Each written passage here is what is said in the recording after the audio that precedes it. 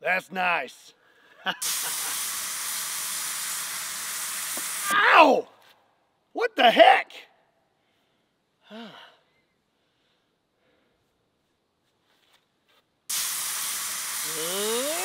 Ow! Dang it! What are you, stupid? Listen to your neck! Shut up! What do you know?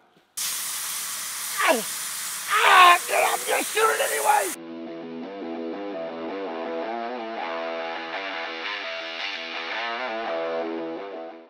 Ah!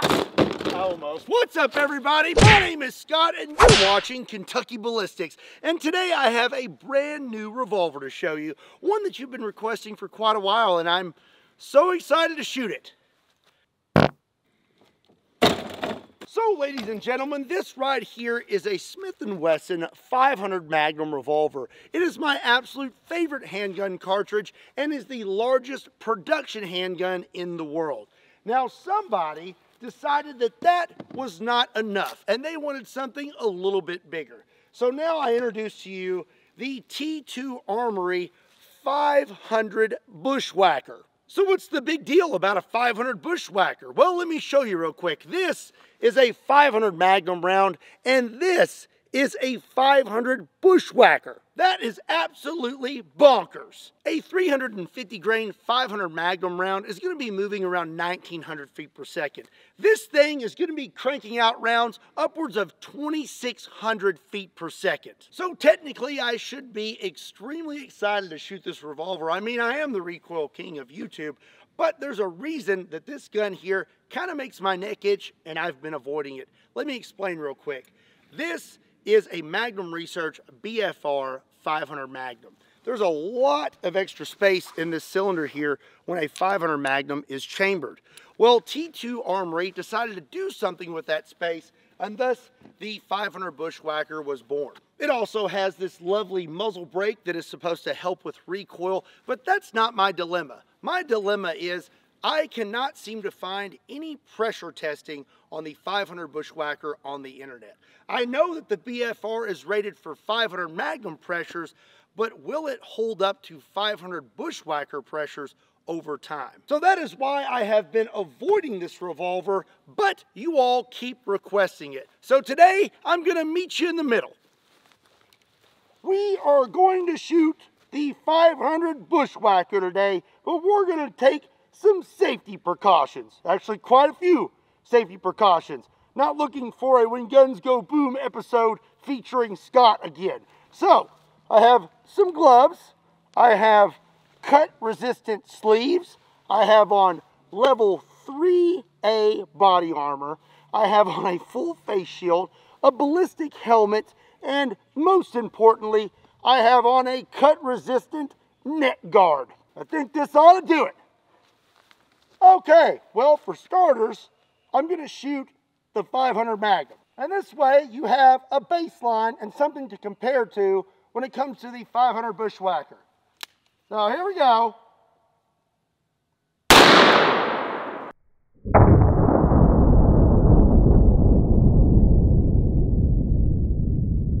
Okie dokie, here we go.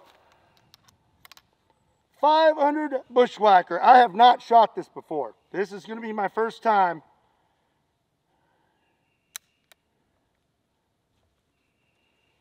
I feel so great about this. Feels so good. Hope you guys know that I really like you a lot. Oh boy. All right. Here we go.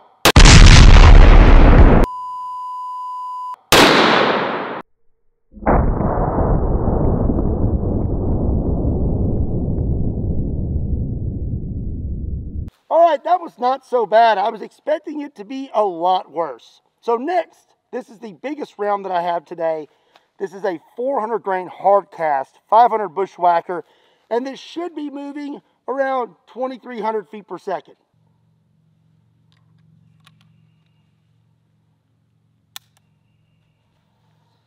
Okie dokie. Get a good grip on her. Ride the lightning. Here we go.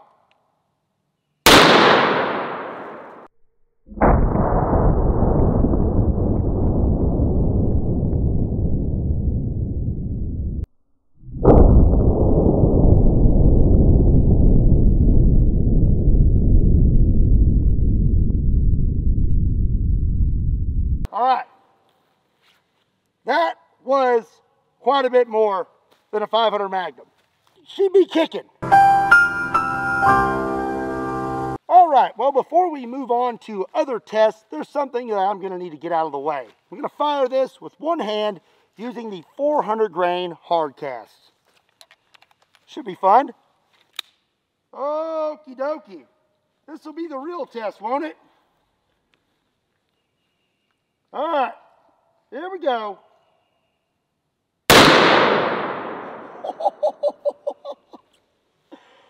All right, that's pretty cool.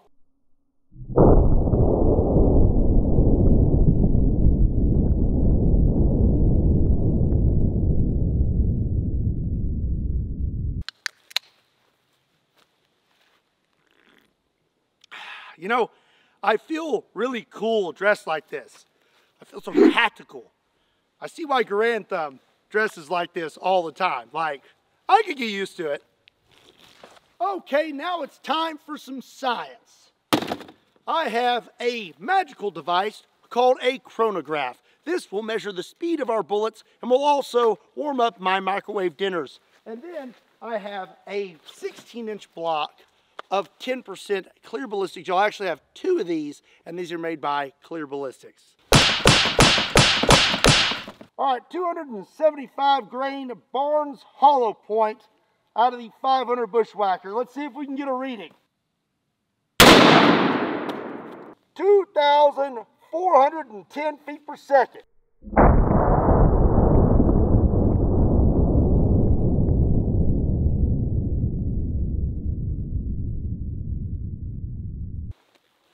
Dang, that thing really did a number on that block. There's our entrance hole, and that thing opened up really quick and really violently. And then here is our second block. It looks like we stopped in the second block. Ah! There it is.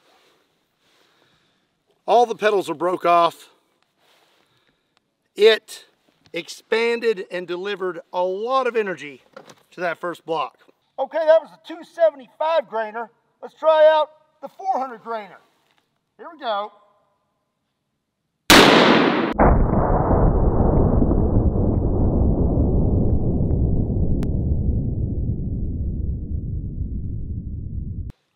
Okay, well, I guess our results are going to be inconclusive. All right, we got the technical science out of the way. Now it's time for some Kentucky Ballistics science. I'm going to compare the 500 Magnum and the 500 Bushwhacker and see what kind of differences we get when we shoot some random, disgusting targets. Our first target is going to be 2 6-pound cans of sweet peas. All right, first up is the 500 Magnum. Holy cow!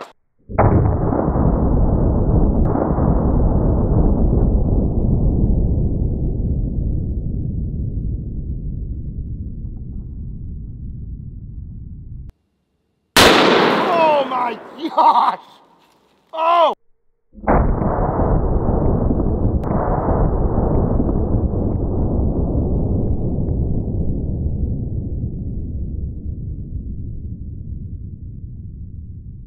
That is a lot of pee. There's pee on everything. I got pee on the slow-mo camera. I got pee on the power box. I got pee on my phone. Now we're gonna shoot 2 gallons of Elmer's glue. Okie dokie, 500 Magnum is first.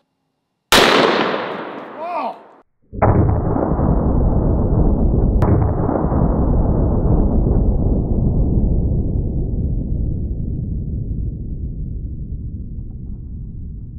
All right, now for 500 Bushwhacker.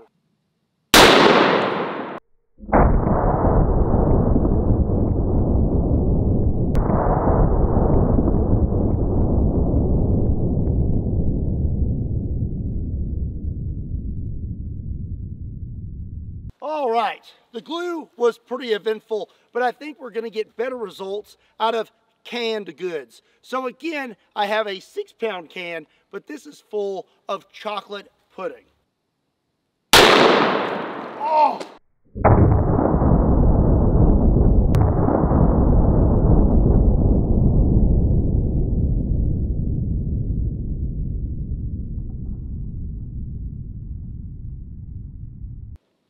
$500 Bushwhacker!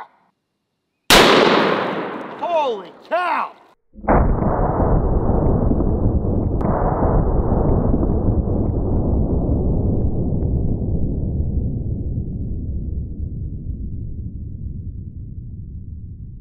This thing is also quite a bit louder, I have to say. Up next, we got some eggplant, because nobody likes eggplant.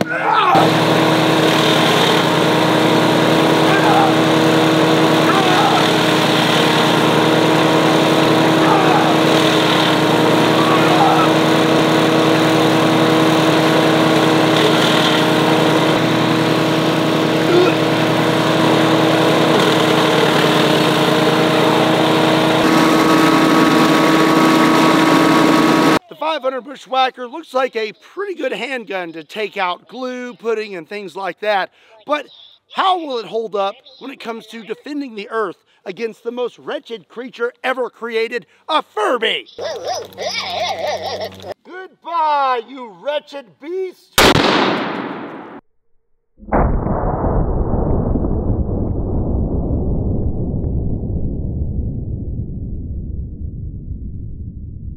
Ooh!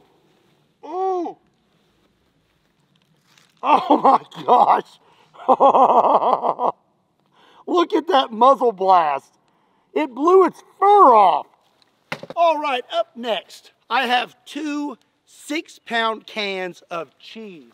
And someone always has something to say in the comment section about what I do with my cheese. Well, you know what? It's none of your business, because you know what kind of cheese this is?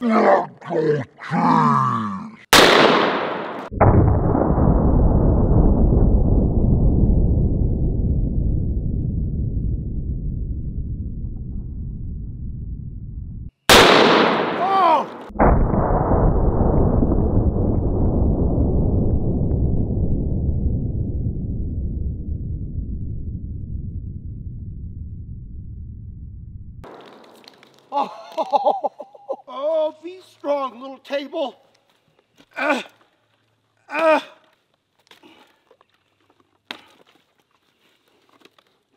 Well, now I have 5 5-gallon water jugs, and I'm gonna shoot each one with the 500 Bushwhacker. And my bet is that that table doesn't make it past the second shot.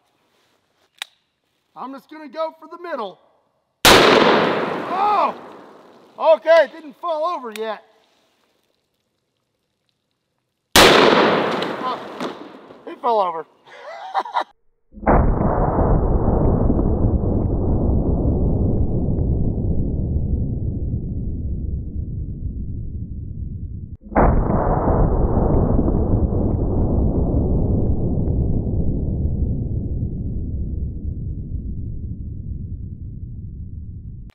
Had to reset the slow-mo camera. Holy cow! We got 2 more.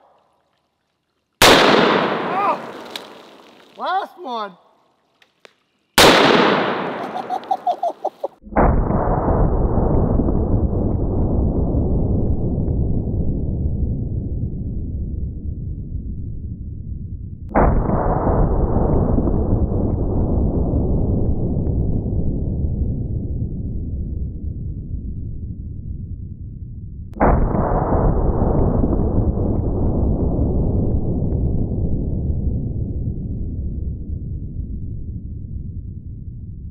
Well, that's quite a bit of damage. Look at these things. Just completely annihilated. The table is pretty much destroyed for me now. I don't even got to do that. That's a lot of energy. Big bore energy. Well, that's going to be it for the 500 Bushwhacker. What do I think about it? I think it's actually pretty cool, and it has a lot of power, which I absolutely love in a handgun because I'm an absolute recoil junkie. And when it comes to recoil, it is not for the lighthearted and definitely not for an inexperienced shooter. Again, my only issue with the 500 Bushwhacker is the pressure testing. Will it last 100 rounds? Could be. 500 rounds? I can see that happening, yes. 1,000 rounds? That's a realistic timeline, yes. All right, I really want you to think about this one. 2,000 rounds. I can see that as a very real possibility. We may never know, but I do know this. I think this thing is pretty awesome, but it would be a lot more awesome if I could find some pressure testing data out there so I didn't have to dress like this the whole time. What did you think about the 500 Bushwhacker? Let me know in the comment section down below. Well, I hope you enjoyed today's video. If you did, be sure and give it a like. And if you're not subscribed to Kentucky Ballistics, make sure you hit that subscribe button. Also, be sure to check me out on Kentucky Customs, Kentucky Ballistics shorts, Kentucky Ballistics breakdowns, Patreon, Facebook, Instagram, and Twitter. Links to all those can be found in the description down below, along with a link to KentuckyBallistics.com, just in case you want to pick up a shirt. And as always, my name is Scott. Thank you so much for watching Kentucky Ballistics, and I'll see you next time.